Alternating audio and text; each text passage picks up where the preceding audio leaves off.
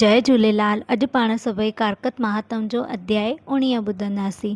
हिन में पाण भॻवान विष्णु जो जलंधर जी स्त्री जो सत तोड़ण लाइ कहिड़ा तप कई उहो सभु पाण हिन कथा में ॿुधंदासीं। बोलो सतगुरुदेव भगवान की जय। आज के आनंद की जय। गंगा मैया की जय। आयो लाल सभई चओ झूलेलाल। बेड़ाई पार सदाई नाम में शाहूकार। वक्रतुंड महाकाय सूर्यकोटि समप्रभ निर्विघ्नं कुरु मे देव सर्वकार्येषु सर्वदा। गुरु ब्रह्मा गुरु विष्णु गुरुदेवो महेश्वरा। गुरु साक्षात् परं ब्रह्मा तस्मै श्री गुरुदेव नमः। त राजा पृथु पुछियो त हे नारद, भगवान विष्णु जलंधर जी स्त्रीअ जो सत कीअं तोड़ियो? नारद चयो त भगवान विष्णु जलंधर जे नगर में वञी पतिव्रता भंग करण जो वीचार थियो ऐं हुते बाग़ में वञी वीह रहियो। उन बाद अहिड़ो चमत्कार कयो जो निंड में जलंधर जी पत्नी वृंदा खे हिकु सपनो आयो, जंहिंमें हिन ॾिठो त संदसि पति जलंधर नंगो आहे ऐं संदसि मथो कुड़ियल आहे ऐं कारनि गुलनि जी माला संदसि गले में पयल आहे। कचो मांस खाईंदड़ आदमखोर हुन सां गॾु आहिनि। संदसि बदन ते तेल लॻल आहे ऐं पादे ते सवार थी ॾखण तरफ़ वञी रहियो आहे। इहो भयानक सपनो ॾिसी संदसि मन उदास थी वियो। खेसि मन में उबता सुबता ख़्याल अचण लॻा।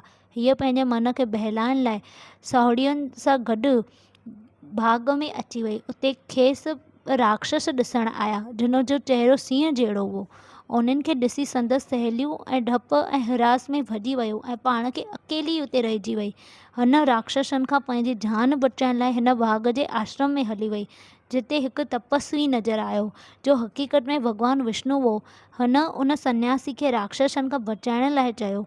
हुन ऋषि ॿिन्हिनि राक्षसनि खे भॼाईंदे वृंदा जी जान बचाई। पोइ उन ऋषिअ खे वेनती कई त मुंहिंजो पति जलंधर योगी बाबा शंकर सां युद्ध करण वियो आहे। उन जो को समाचार ॿुधायो त कहिड़े हाल में आहे, छो जो मां बेहाल आहियां। इहो ॿुधी ऋषि खेसि मथे निहारण लाइ चयो त वृंदा मथे निहारियो त ॾिठईं त बांदर अची रहिया आहिनि।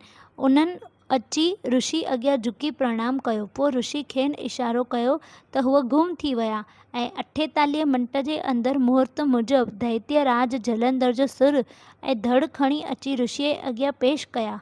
पंहिंजे पतीअ जे मृतक शरीर खे ॾिसी उहा ॾाढा विरलाप करण लॻी ऐं रोदण पिटकण लॻी। पतीअ जे टिन्हिनि लोकनि में महान योद्धा हुअण ऐं सुखनि वैभवनि खे यादि करण लॻी। आख़िरकार ऋषियुनि खे वेनती कई त हूअ संदसि पतीअ खे जीआरे हिकु ॿियो अहसान करे।